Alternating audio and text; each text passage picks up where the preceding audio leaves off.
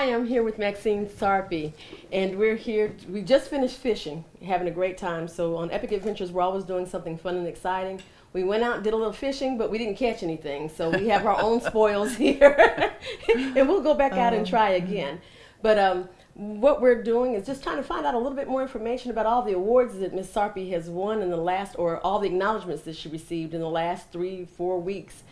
She is one of the civil rights icons here in Shreveport. And we're just going to spend some time together and get to enjoy each other and have a little glass of wine and spend some quality time. So you guys sit back and enjoy. All right. So Miss Sarpy, I'm so glad to have you here. Well, I'm delighted to be here. Wonderful. How did you enjoy fishing? Oh, I enjoyed it, honey.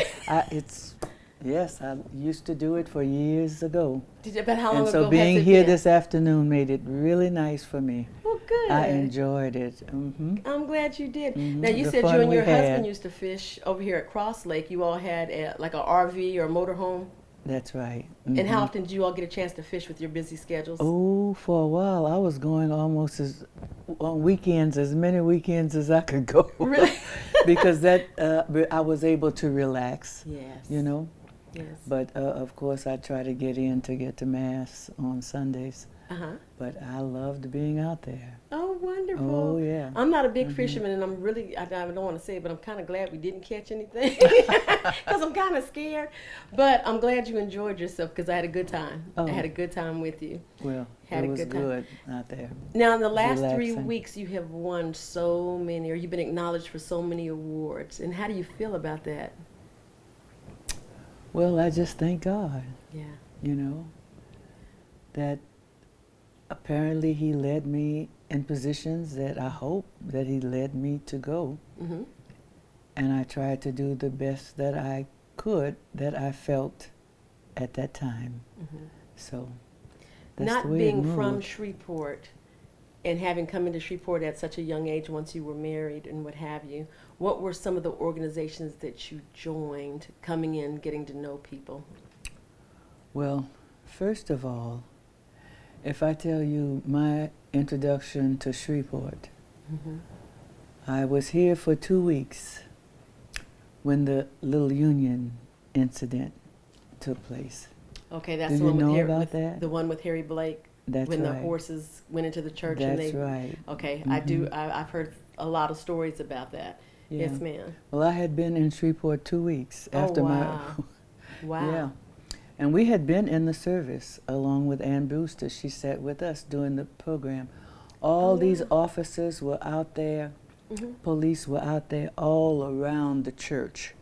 On the side of the church, on the street, on the side of the church, they were crossed up like soldiers. That's the way the police were listed. And all around the front, all over us. Wow. So we had to go through them, I mean, you know, Right. to the church. And so we went in the church, my husband and I, for the service. And then after that, we went home. We hadn't been home. I had started to undress. And the phone, we got a phone call. And they said, Dr. Sarpy, what had happened in the church, that the Commissioner of Public Safety had gone in the church and had beat up Reverend Harry. And he had all cuts all across his head. And we were home, and I was undressing, and they called and asked him to get back to the church. And I just tried to throw on I said, you're not going without me. Right. And so right. I got dressed, and we got together, and we got to the church. And when he said, they're going to be out there, they're going to be lined up, he said, but the way the cars would go in with parking in front of the church go like that. And he said, they're going to be standing, the police, on the sidewalk. He said, and we're going to pull in to the drive, and we're going to get out.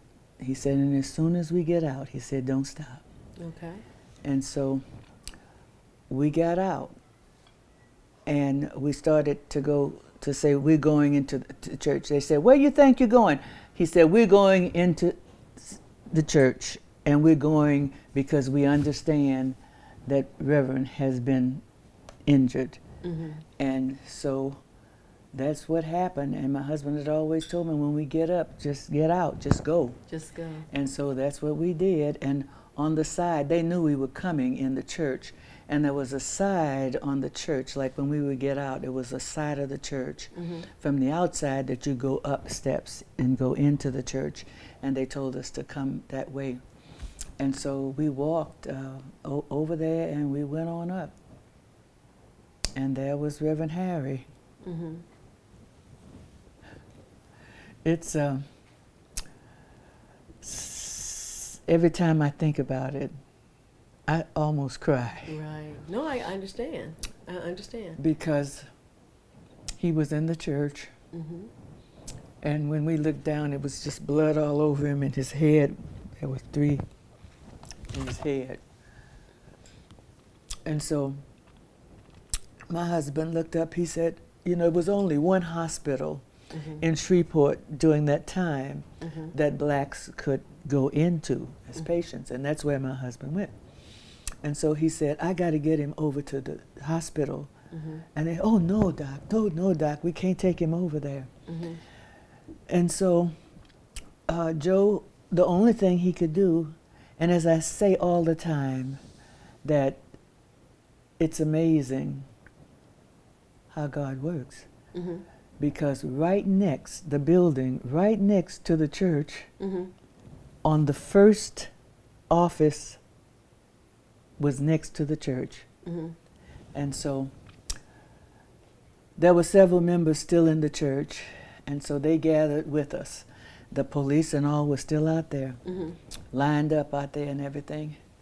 And so we said, okay, the members that were there said, Doc, we're going to walk around you. I said, and I'm going to walk with you. And so we did.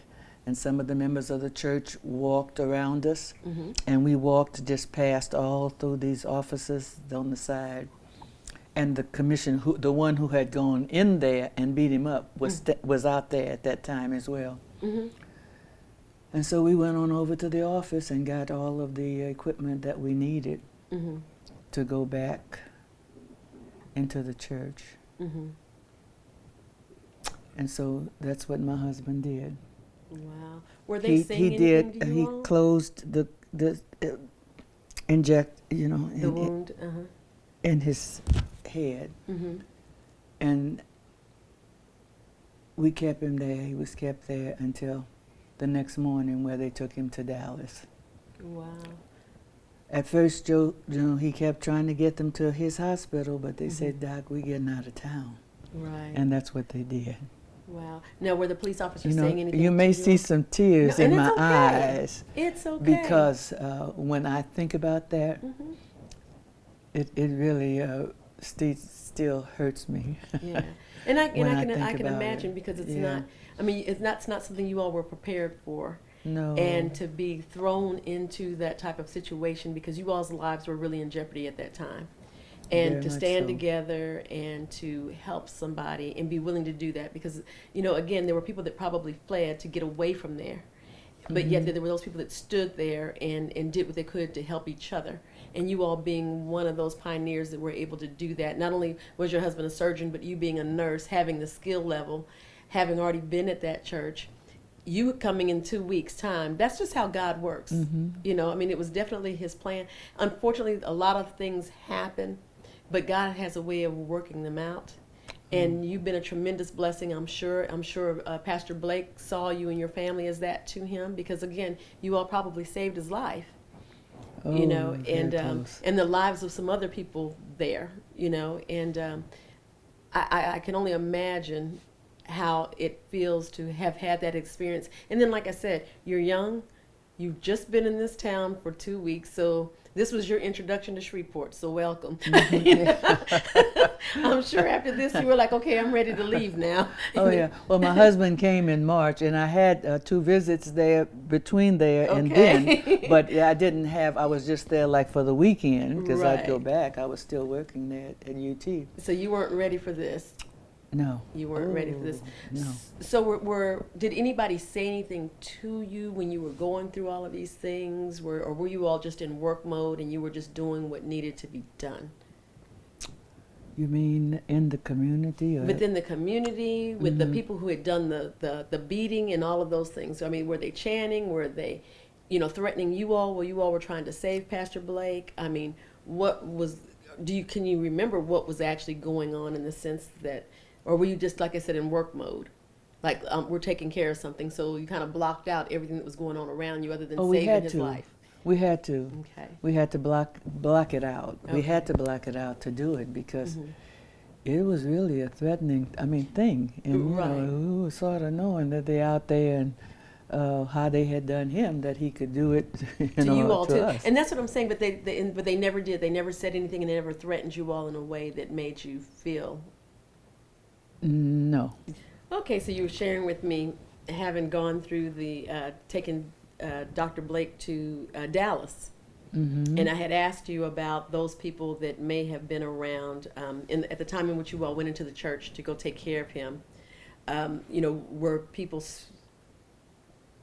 saying derogatory remarks? Were they threatening you all's lives as well? What was the feeling and how were you all feeling going into that environment? Well, for me, Mm-hmm.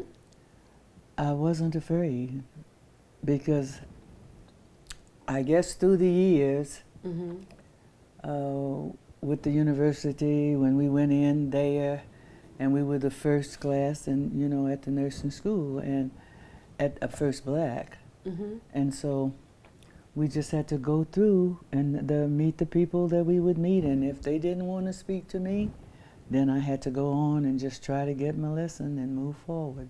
Wow. Mm-hmm. Wow. Now, I'm sure that as a young lady or young woman and as a child, you didn't set out for all of these victorious things and all these history lessons and things that you learned. You were just living your regular daily life. And in the midst of that, you were kind of pushed into different arenas as civil rights was going on. And you all were starting to become a part of it. Mm-hmm. Now, prior to meeting your husband, were you a civil rights activist prior to your husband, or did it happen with you all when you got married and then you both became activists? Into the civil rights Yes, ma'am. area? Well, actually, in El Paso, when we had the Supreme session in terms of schools, Mm-hmm.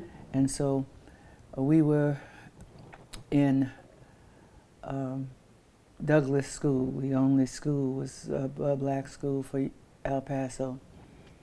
And so in my last year, my next to the last year, my 11th year, that's when integration was opened. Okay. And so in Texas, they're not here. Right, in El Paso, Texas. But it was in El Paso. Mm-hmm. And so that year, we had to go by where you lived, the neighborhood in which you lived. So for the 11 years, I was the all-black school. And then the senior year, I had to go into an integration session. Mm-hmm. But it was mostly Spanish and Anglo. Okay. Uh-huh. Okay. But they were all extremely nice.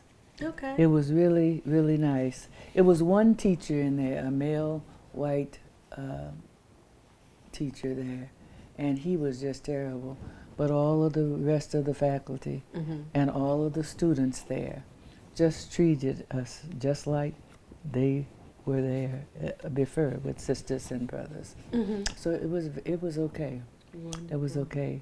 But then after I graduated there, I went to Texas Western in El Paso. And I went there for several years, and they were starting with a nursing program, and that's what I wanted to be. But after 2 years, they did not have long enough to get the staff late together and the students. And so that's when they told us we could transfer to the University of Texas. Okay. Well, that went from one end of the state to the all other. the way down to Galveston from El Paso. Right. So, but that's what happened, and I went there, Okay. and I To the went University of Texas. to the University of Texas. And that's where you completed your nursing degree? That's where I completed my nursing degree, Mm-hmm. and there were 3 blacks of us there. One of us was here recently, came over from Texas for an affair. Okay. But it was only 3 of us there, but we made it through. Oh, wonderful. We made it through. So what was it like being on a university like that, with you all integrating into this division of the school, and it just being the 3 of you all? Did you all depend and lean a lot on each other to get through? Oh, Did you go through a lot of racial situations there during that time, or was it a little bit more laid back? well, actually, I believe that all of the students there, I can honestly say that when we got there, we did not find one white that did not Befriend you all? befriend with us. Okay. Okay. Yeah. And so through those years, it went well. Wonderful. I think I mentioned that I was president of my school. I mean, my last year. Okay. of Okay. So school you're there. president of the school. President of my class. Of your not, class. you I'm sorry. know. I'm sorry. President of the class. No, Okay. did I say? I think I might have said president. President of the class. It's all the yeah. same. No, I'm just kidding. Yeah. So you're president of the class. So that was you were voted on by everybody. Yeah. That's wonderful. Mm-hmm. But that just goes to With, show your with the personality. class, with the class, yeah. Yeah. I have some pictures that show some of the things, you know, from the students from my class and Uh-huh. all of the way it was listed. So So are you still was in nice. touch with some of those people that you went to school with?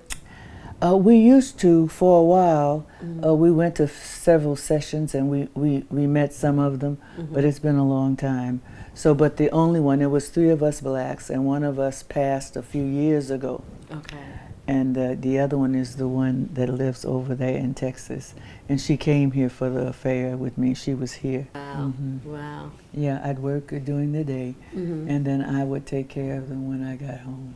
And in the midst of doing that, you still were able to be a civil rights activist. And you belong to a sorority.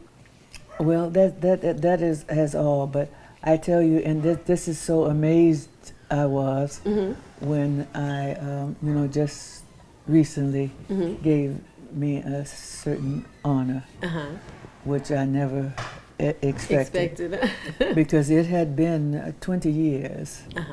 since you I graduated. had been active. Yeah. And so I thought everybody had, Have forgotten. had thought, yeah, Well, that the I one thing had about gone it, to glory. no, I'm gonna tell you something. When you leave the type of footprint in the sandbox that you all left, the imprint is so deep that people can't forget. They don't want to forget, and you should be honored every chance that we have, because that's the only way for us to be able to say thank you for all the things that you've done, and that things that you continue to do, because you have so many people that.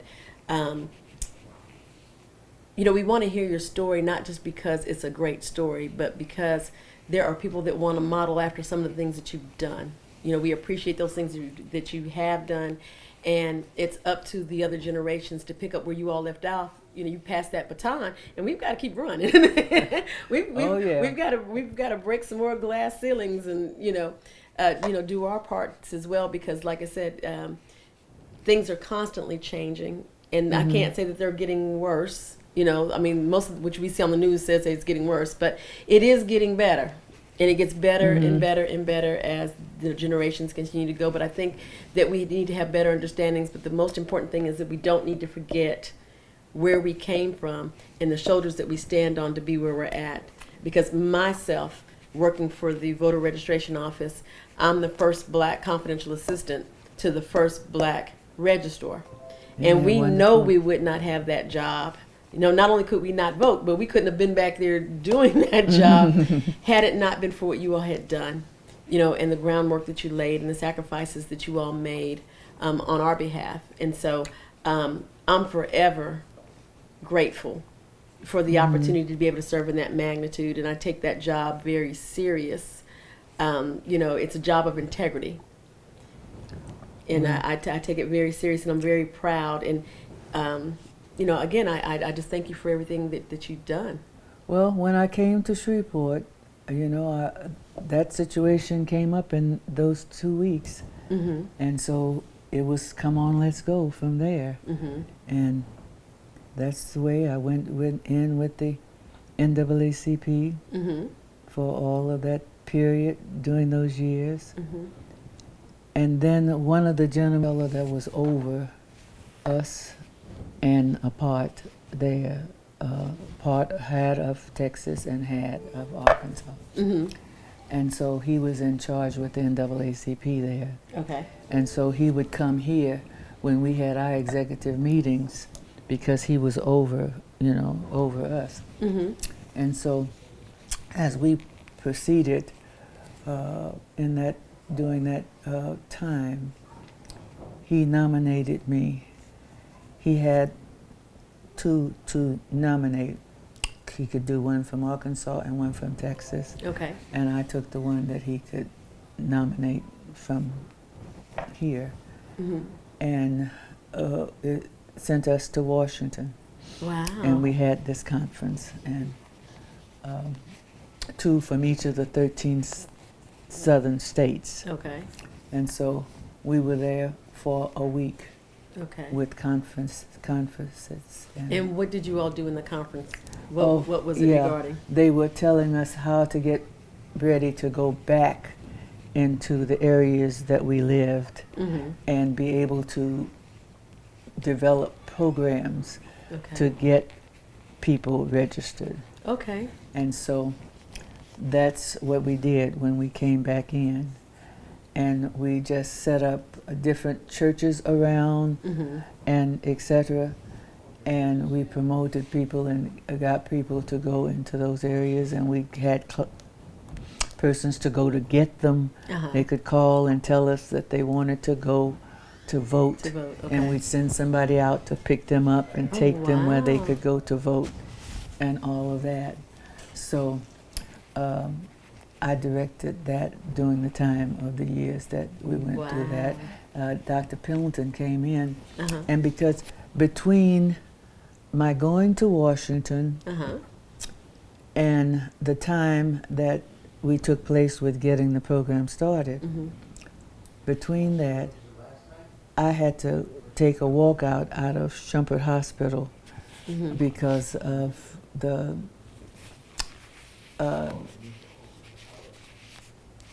treatment that was going on Right. and the situation that had taken place in the hospital. Uh-huh. And so we had a walkout.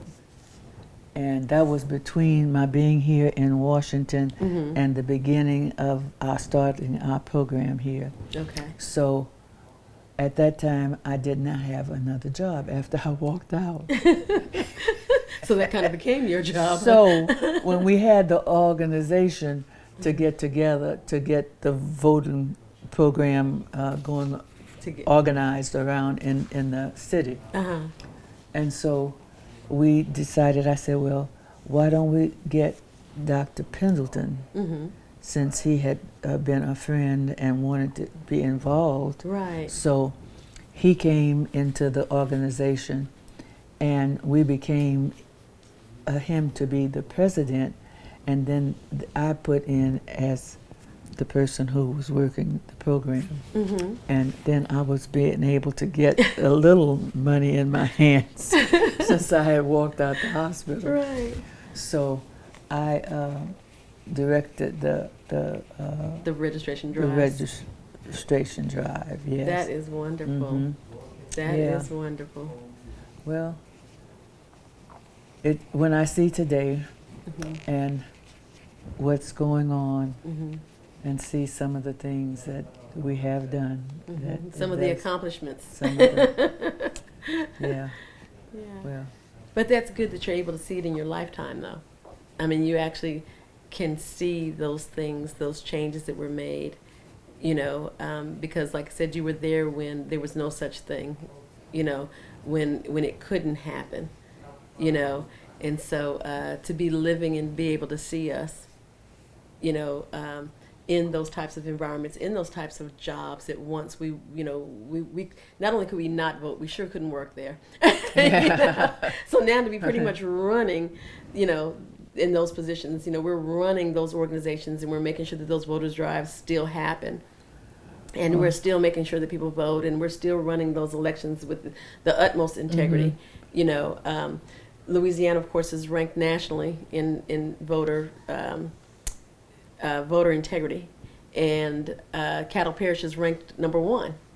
Like I said, I have the honor of being there on a daily basis now, and to make sure that these elections are run the way that they should be run, with all the integrity that the people before us had. And to make sure that I'm doing a good job for those people like yourselves, who made sure that people that wanted to vote had the right to be able to vote. And again, it didn't matter the color of your skin. It doesn't matter whatever. If you want to vote, there's an opportunity for you to be able to do so, and that's my job now. If you want to vote, just say you want to vote. We'll make sure it happens. All right. Yeah. So that's always a good thing. Always a good thing. Oh yeah, that is so true. But you've done so many things, you've done so many things here in Shreveport. And so, and again, like I said, you received so many honors and so many awards. And I know that you received honors from President Biden and Vice President Kamala Harris. I got a chance to be at those banquets when you received those awards. And which again, I just think are just stellar. I think it's awesome that you're getting your flowers while you're here. But outside of all those things and all the hard work that you're doing, what else are you up to? What else are you up to? Now, you've done all the hard work. You're at that retirement stage. Now, what exactly do you do day to day just to enjoy life? Oh, well, I do a little reading, a little bit. Okay. And I sit. Now, I've been going with the young lady that is starting me to do some exercises. Okay, Dr. Mister. Dr. Mister. Okay. So you go exercise with Dr. Mister? Wonderful. She has taken me, and her nephew comes pick me up. Okay. And then she takes me over there and takes me to exercises and everything. Oh, great. So that's helping me. I'm feeling walking a little bit better than I had been. Okay. Had been doing, so I'm very thankful about that. Now, the organizations that you have worked with and for, do those organizations still reach out and contact you? Because I know it was like a year or so ago you were running the campaign for Senator Tarver. Yeah, so I remember when you were working that campaign, that was just like a year or so ago. So do you still work and run campaigns? Are you still active in that? Yeah. As he said that day, the last time I was sitting there, but I was the main one directing. But all of the others I had. Okay. I had directed through the years.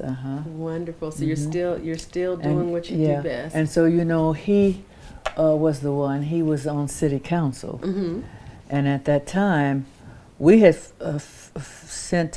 went all into a judgment to get blacks to be in the city council. Okay. And so a file suit, and it went all the way, and it got worked out, and that opened up, and then there were 3 black men that went onto the council. Oh, wonderful. Well, after a couple of years, Greg Tarver was one of the city council persons, and he decided he was going to run for state senator, one of the senators. And so he came and he told me, I'm going to appoint you to go to take my position on the city council. Oh, wow. And I said, Greg, I don't know about that. And he said, no, Maxine, I know about it, and we all know about it, and we want you on there. So I did go on the city council. So you were the first woman to ever be seated in the city council here in Shreveport. The first woman. Wonderful. First woman. And how did ever. you enjoy that? Like here they out of your element again. Here you go. Like you came into nursing, then you working with children. You've been now you're working in the councilwoman's chair. And so, how was that for you?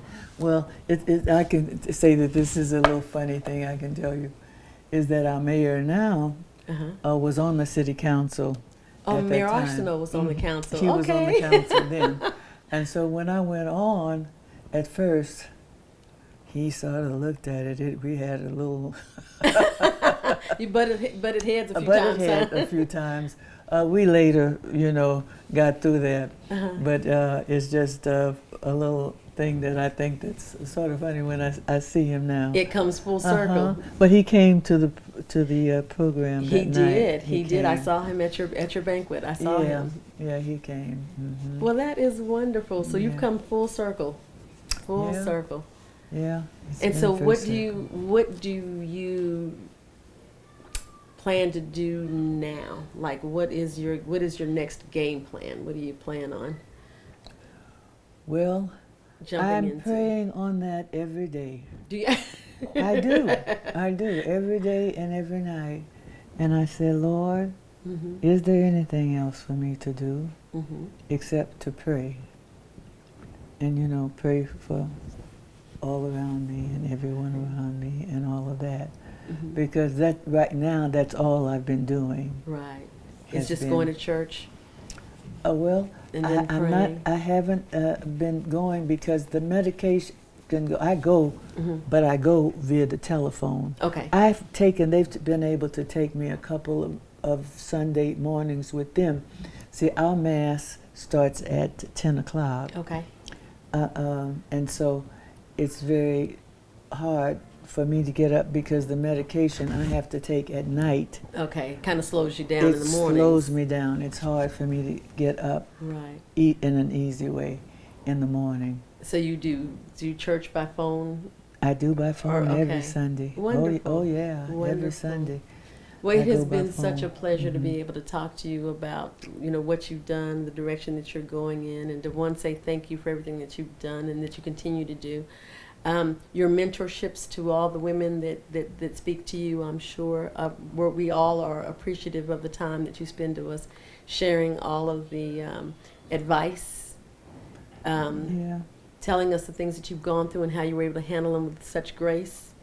And, we thank you from the bottom of my heart. I know I do. I thank you so much for the time and effort and the bravery that it took for you to do all those things that you've done, because to be the first in several categories, the awards that you get, they're great, but it's like you could never be repaid in a manner that could show how much we really, really sincerely appreciate what you've done for this community.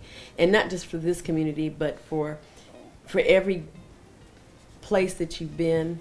Like I said, me being from Texas, it means a lot to me. I wasn't here when all these things happened. I was a young child when there were a lot of civil rights, things were going on. I've experienced my fair share of racism, of course. However, but it was never as bad, and I don't think I would have been as Never. bold as you all were. Absolutely. And to risk my life to do anything, even at my age right now, I don't think that that's an assignment that we just take on. I think it's just happened. You're put in that moment, and then you just act, and it becomes history. And it made you a legend. You survived it. A legend. It made you a legend. And The end of the legend. And again, like I said, Yeah. I thank you so very much, and we certainly appreciate your time. We appreciate everything about you, and look forward to many more endeavors that I'm sure that you're going to experience until God calls you home. Until that time, we're going to continue to use your brain. We're going to continue to learn from you, and just enjoy your presence, And you just need to know that you are loved. Well, I thank you so much. And I thank you so much for saying that. But every night I try to pray and ask the Lord to just lead me. I mean, you know, if there's anything else for I am to do, he will do it. I know he will do it. That's it. But, you know, it just may be whatever his plan is. So And I until just your have next to- assignment. I have to take the road. I have to take the road. Wonderful. Mhm. Thank you so very much. Oh, I just wish that I could have been better. Because where I am now, it's a little place down the road. But I've done the best that I can. And we're so grateful. So very grateful. Thank you. Well, I thank you. Okay. Mhm.